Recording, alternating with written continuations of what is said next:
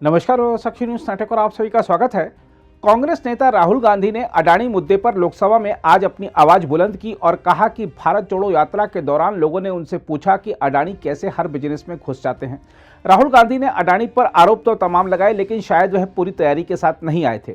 राहुल गांधी को पता होना चाहिए कि अडानी को कांग्रेस की सरकारों ने ही आगे बढ़ाया। गौतम अडानी का कारोबार अभी बढ़ा है, ऐसी बात नहीं है।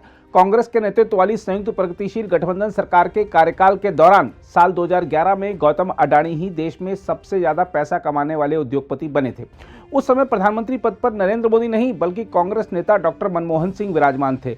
2007 में भी देश में कांग्रेस की ही सरकार थी जब फोर्ब्स ने गौतम अडानी को 13वें सबसे अमीर भारतीय के तौर पर नामित किया था।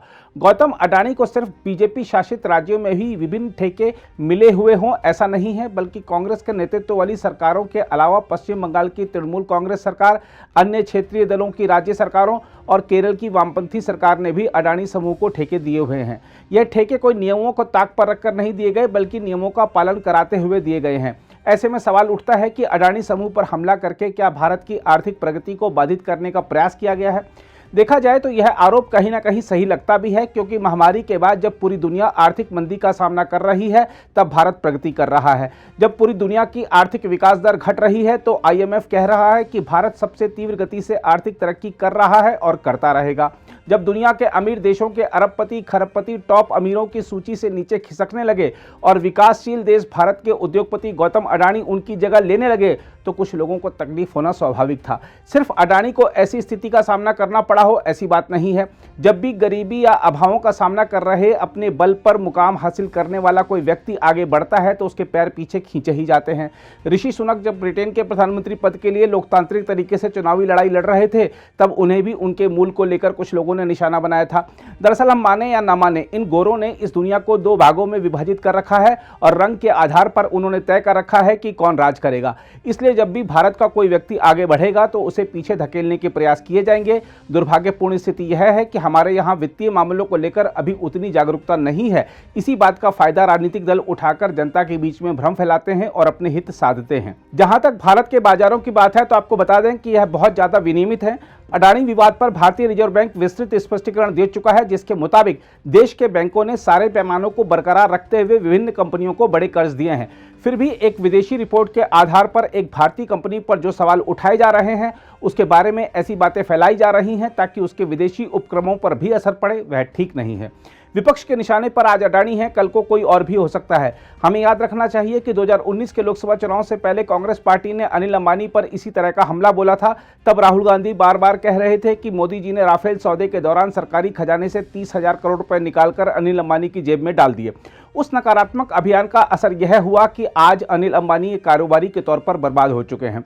यही कारण है कि अब उद्योग जगत से जुड़े लोग एक एक कर सामने आ रहे हैं और अडानी समूह के खिलाफ चल रहे नकारात्मक अभियान के विरोध में प्रत्यक्ष या अप्रत्यक्ष रूप से अपनी आवाज मुखर कर रहे हैं। इस क्रम में कोटक महिंद्रा बैंक के मुख्य कार्यकारी अधिकारी उदय कोटक ने कहा है कि उन्हें वित्तीय व्यवस्था के लिए कोई प्रणालीगत जोखिम नहीं दिखता है। इसके साथ ही उन्होंने कहा है कि भारतीय जोखिम आकलन और क्षमता निर्माण को मजबूत करने का समय अब आ गया है। उन्होंने यह भी कहा है कि बड़े भारतीय कॉर्पोरेट घराने ऋण और इक्विटी वित्त के लिए वैश्विक स्रोतों पर अधिक भरोसा करते हैं, जिससे उनके लिए चुनौतियां और कमजोरियां पैदा होती हैं। वहीं उद्योगपति आनंद महिंद्रा ने अडानी मामले को लेकर चल रहे विवाद के बीच ट्विटर पर एक यूजर के सवाल के जवाब में लिखा, देश के बिजनेस सेक्टर में छाए मौजूदा संकट को लेकर ग्लोबल मीडिया में चर्चा चल रही है कि कहीं ये घटना भारत के वैश्विक इकोनॉमिक फोर्स बनने के लक्ष्य को कमजोर न कर दे। उन्होंने लिखा कि मैं एक लंबी उम्र जी चुका हूं और अपने देश को भूकंप, सूखा, मंदी, युद्ध और आतंकवादी हमलों से जूझते देखा है। उन्होंने कहा कि मैं बस इतना कह सकता हूं कि आपको यानी ग्लोबल मीडिया को कभी भी भारत को कमतर नहीं आंकना चाहिए। दूसरी ओर वेदांता समूह के प्रमुख अनिल अग्रवाल ने किसी और संदर्भ में भले यह कहा हो कि दुनिया भारत को इतनी तेज गति से तरक्की करते नहीं देख सकती, मगर उनके इस बयान को भी अडानी विवाद से ही जोड़कर देखा जा रहा है। दूसरी ओर इस मामले में विभिन्न बैंकों, भारतीय जीवन बीमा निगम, केंद्र सरकार के मंत्रियों, आरबीआई आदि के स्पष्टीकरण आ चुके हैं। उसके बावजूद यदि सवाल उठाए जा रहे हैं तो यह दर्शाता है कि कुछ लोग इस सोच के साथ राजनीति कर रहे हैं कि उन्होंने जो कहा वही सही है। बहरहाल जब अडानी विवाद से किसी बैंक का कर्ज मुश्किल में नहीं फंसा है, ना एलआईसी को नुकसान हुआ है, ना एसबीआई को, ना ही सरकारी खजाने को, ऐसे में यह सवाल तो उठेगा ही कि विपक्ष आखिर यह अफवाहें उड़ाकर हासिल क्या करना चाह रहा है। अगर आप भी लेना चाहते हैं देश दुनिया की तमाम जानकारी तो आज ही सब्सक्राइब करें हमारे चैनल को। साथ ही नीचे दिए बेल आइकन को जरूर दबाएं ताकि हर अपडेट आप तक पहुंच सके।